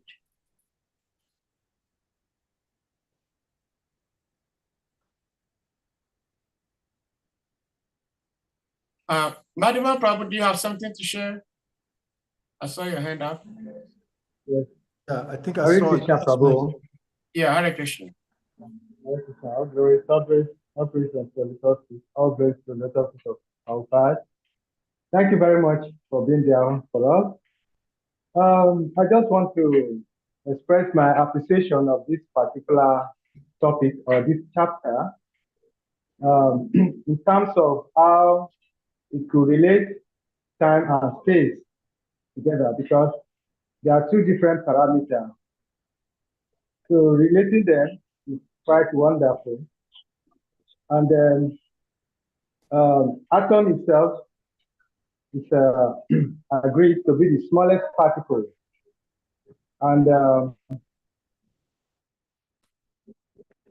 being able to measure time in this dimension or atomic time, we can imagine how small atom will be, very, very small. And that's why it is regarded as invisible. And then even when you look at closely at the atom itself, it consists of nucleon, protons, and electrons. And you can see that electrons also form some orbits around the nucleus. So going deeper and deeper, then you discover that there is an energy within, which is keeping the electrons in orbit around the nucleus. But that's not our concern now is to measure time as far as this chapter is concerned. So measuring it on the atomic level, we can see that accuracy is going to be very, very high. And another thing that is very important, if we look at text 3, you know, that one can estimate time by measuring the movement of the atomic combination of bodies. Time is the process of passenger who controls all physical movement, although he is not visible in the physical world. So you can see the Supreme Lord is the one turning the wheel of time. So we should always understand that there is movement. The earth is moving around the sun, and time is being calculated. And when we look at it, that is what where we have the day and the night. And then we have to appreciate that turning by the Supreme Lord, even though we are not seeing the hand turning it, is doing it accurately. I would say it's constant. You know, when something is moving and the speed is constant, it's commendable. So, and when we look at the cosmic manifestation, we see how the different planets are in orbit and moving in specific orbit or trajectory. The same way, when you look at atom also, you see the electrons forming a trajectory around the nucleus and protons. All these are very, very wonderful creations by the Supreme Lord. And I think it's wonderful. That's just my own realization with this text. And I quite appreciate how Krishna is turning the wheel of time, even though we are not seeing the hand, and it's wonderful. Hare Krishna. Yeah, Hare Krishna. Hare Krishna. Thank you. Thank you for the contribution, Madhavan Prabhu. Hare Krishna Prabhuji. Yeah, Hare Krishna, Prabhuji. Hare Prabhu. Hare Krishna. So yes, Prabhuji, actually, I'm kind of multitasking. I wanted to listen to class, but I'm also cooking for Dr. G. Oh, Hare Krishna. So my wife just took over the duties a little bit before I make the offering. So Okay. yeah, I think it was a very nice class, very informative. I did not catch all of it. I did put in the chat that the mention of the atom being indivisible was in the verse that I read yesterday, the first verse. In the purport, Srila Prabhupada put that the atom was indivisible, but here it means that it's the final indivisible material particle. But the atom can be split, and then you'd have protons, neutrons, etc. But those are energy factors of the atom. But the actual constitution of an atom is the smallest indivisible part of matter in which we can construct things. Now, you can use the energy inside the atom for everything up to an atom bomb, per se. but the actual smallest material particle accepted in Vedic culture as an element, as a material element, is the atom. Yeah. That's what I've understood, humbly speaking. Wow, Yeah, thank you so much. Thank you so much, for Prabhuji. sharing. I saw that in the chat, and thank you for. I knew I read that somewhere, and I was struggling to remember exactly where I picked it up from. But thank you so much. When you're giving class, it's difficult because you have many things. Yeah. Yeah. You know. So it's very helpful yesterday. Srivas Prabhu, he reminded me that the conversation with Maitreya and Vidura, that did take place at a place called Kurujangala, which is near the Jamuna. It's like a little beyond Delhi, going north and west. But the meeting to Uddhava was at Prabhas, because when Uddhava was coming from Prabhas, they met and had a discussion. Then he recommended that very nearby is Maitreya Ji in Kurujangala near the Jamuna. Yeah. Wow. Thank you. That's a beautiful sharing. Wow. Sadhuta Prabhu, please, you may unmute. Hare Krishna, your grace, please can you accept my total senses? All glory to Gurudev, all glory to Sri Prabhupada, and all glory to you. First, I want to use the opportunity to thank, I don't know if I have to address him as His Grace, Makunda. Yeah, Shriman Mukunda Prabhu, yes. Okay. I was looking for the opportunity to thank him, and yesterday I didn't get the chance. So I want to thank you so much, because the story you shared during the genesis of Hare Krishna in Africa, what you said always in my mind, that you just have one-way ticket and $10 to go to Africa. And I just asked myself, even today, if my Guru Maharaj give me one-way ticket to go to Africa and give me $1,000, it will be like, what is my Guru doing? So I appreciate you so much, and thank you so much for this wonderful service for so many years. This is what has extended to me to become a devotee today. And you are still doing it. Yesterday, when I was listening to your class, I didn't want it to stop. Because you shared some information. I was thinking very deep about it, that even when we are Muslim, if you ask somebody what is the chapters in the Quran, you'll be start scratching his head. And the information you shared yesterday, you give me a very big assignment to do, to take pen and paper to write things down. And I want to thank you so much for this impact, and we wish and hope that you will continue to come here again and give us more wonderful teachings like you did yesterday. Thank you so much. And His Grace Salika Prabhu, thank you so much for the wonderful class. Although I did not digest all of that, but I appreciate you so much for what you are doing. And the one question I wanted to ask about the time, you are sharing something about the Gregorian calendar and time and everything. In Islam, they don't follow the Gregorian calendar. Yeah. Every month is 30 days. They don't have 28 days or 29 days or 31 days. That is why if you look carefully, the Ramadan in every year, the time changes. Yeah. So I don't know if it is the same thing in Vedic or there's different from that. Because what we are sharing, if we look very, very, very carefully, that is the beauty and the wonders in the Vedic literature or ISKCON. It explains everything. It explains everything because when we are sharing about Atom, the surah I share with you, it's one of the surahs which the Muslim they fear it so much. If somebody owns you, you just go there and open this chapter to him, he will pay you back.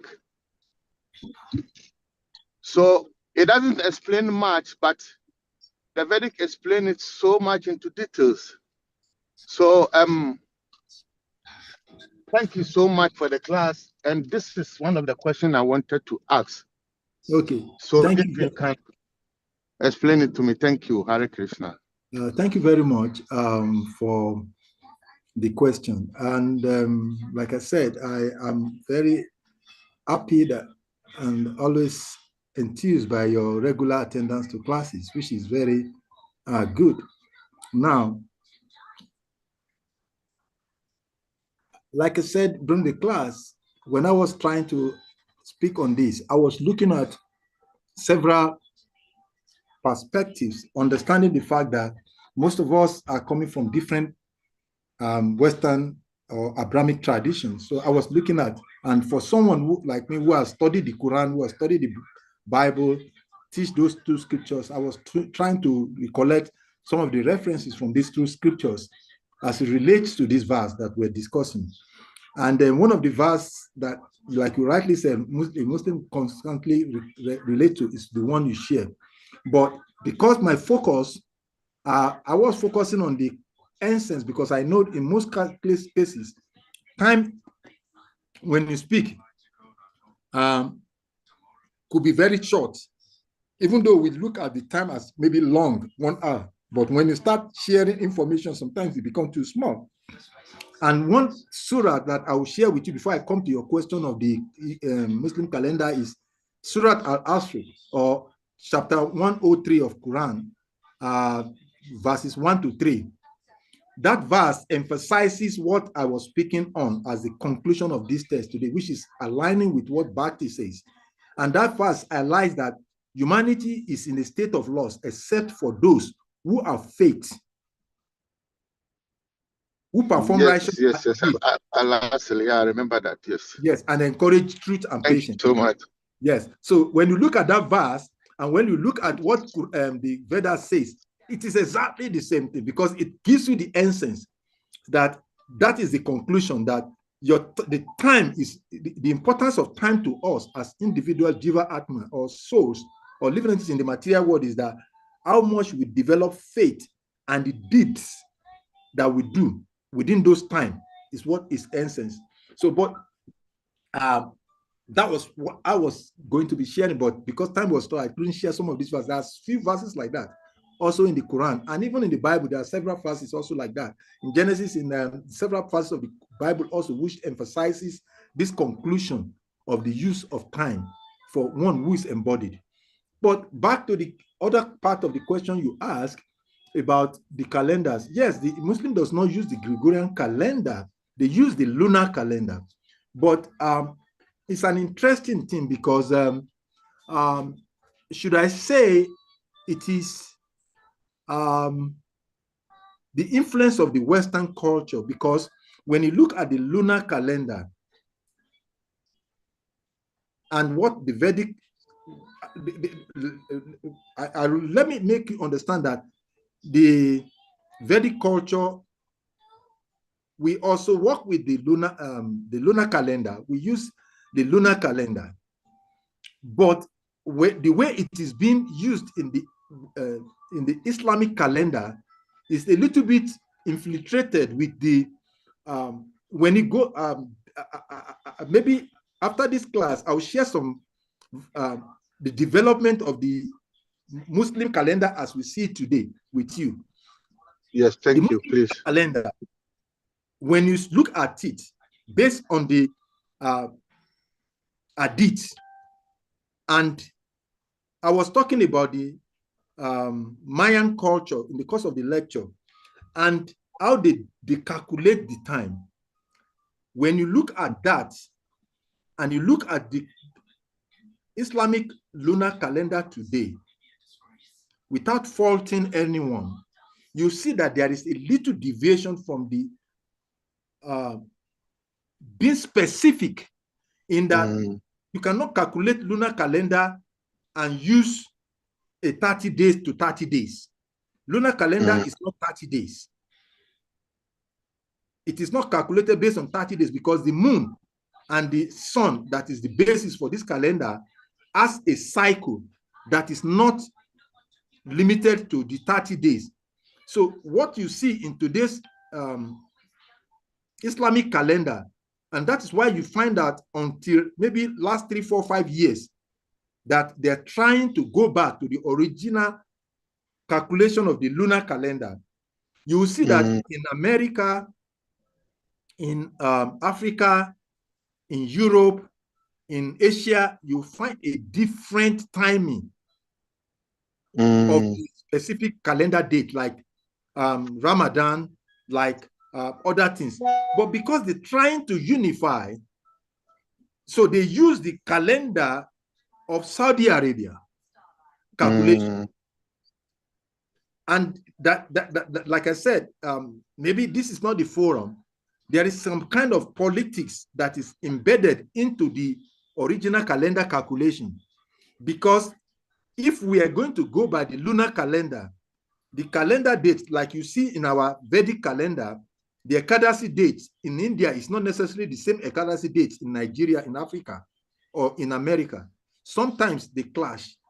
But yes, the idea of the date picked in Saudi Arabia and as a universal date for Islamic calendar is not correct. It's not lunar calendar. That is true, yes. To the lunar calendar. Even though ideally the Islamic world or the Islamic tradition is calculation of time is based on lunar, but because of the modern era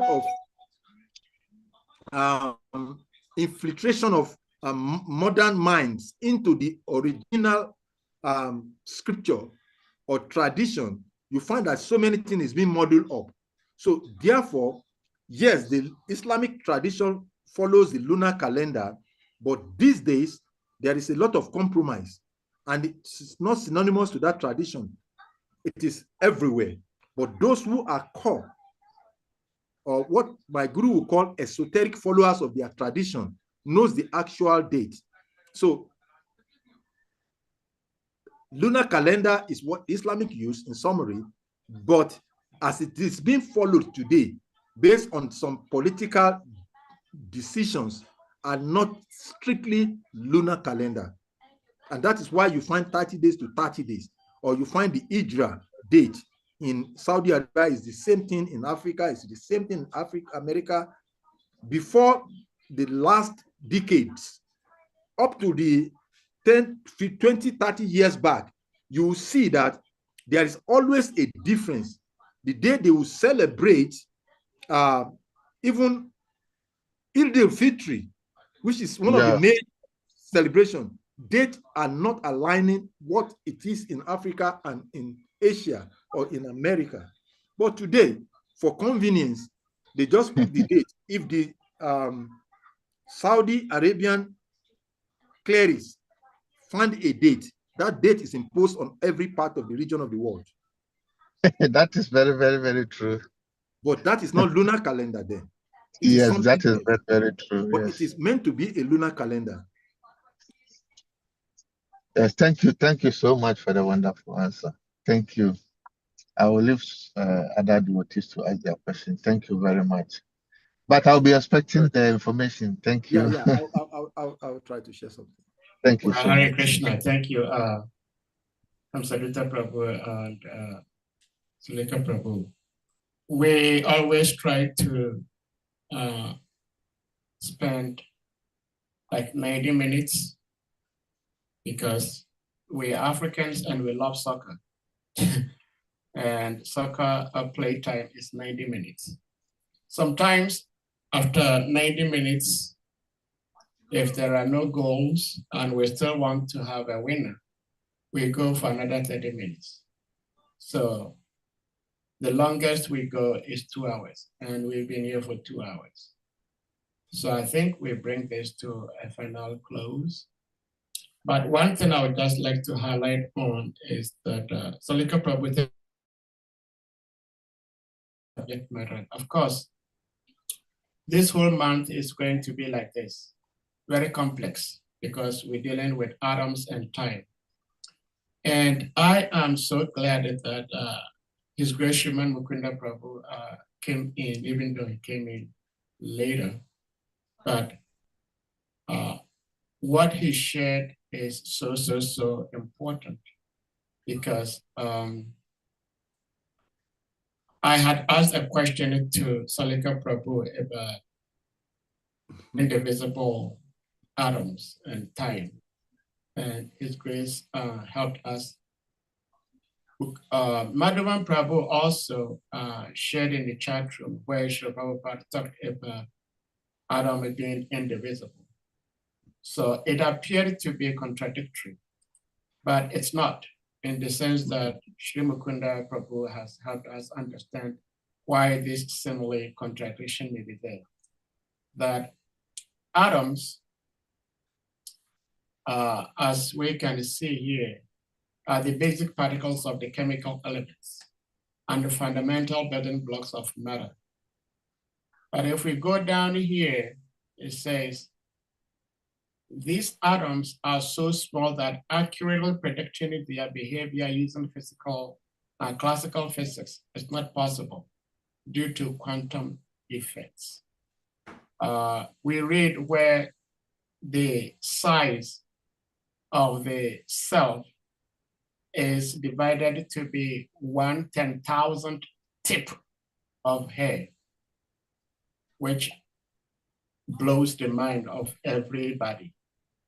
How is that even calculable? How is that even able to be measured? But that is what the Vedic scriptures give us. So the atom has different parts, like Madhavan Sri Mukunda Prabhu said, the electrons, the neutrons, the protons, but the atom itself is indivisible because it is always going to be what it is. Just like we say, energy can never be destroyed. It only transforms. So we thank you all for being here. As always, today is Friday, the last day of the busy working days of the week. And we pray to their lordships, the Parampara, the Acharyas, to help protect, guide us all through the weekend and bring us here back again next week, starting Monday, so we may have the opportunity to hear Krishna and his devotees Katha. So with that, Salika Prabhu, do you have any concluding remark? Yeah, thank you. What is the final word? My key summary for all of this discussion is a prayer. And that prayer is that whatever we hear, whatever we say, whatever we do, whichever way we do them, may Guru Krishna help us to always remember that our ultimate goal is to remember him at the moment of our last breath. Hare Krishna. Hare Krishna. May it be so.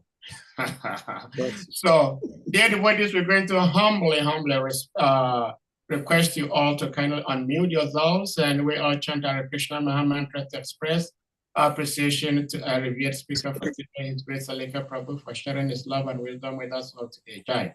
Hare Krishna, Hare Krishna, Hare Krishna Krishna, Hare Hare, Hare Hare Rama, Hare Rama Rama, Hare Hare. Hare. Mancha kalpatarubhyacha kripasiddhyevacha patitana pavanebhyo Vaishnavebhyo namo namaha. Anantakoti Vaishnava Vrinda ki jai. Jai. All glories to His Grace Salika Prabhu ki jai. Jai. Param Guru Prabhupada ki jai. Jai. Samad Vaishnava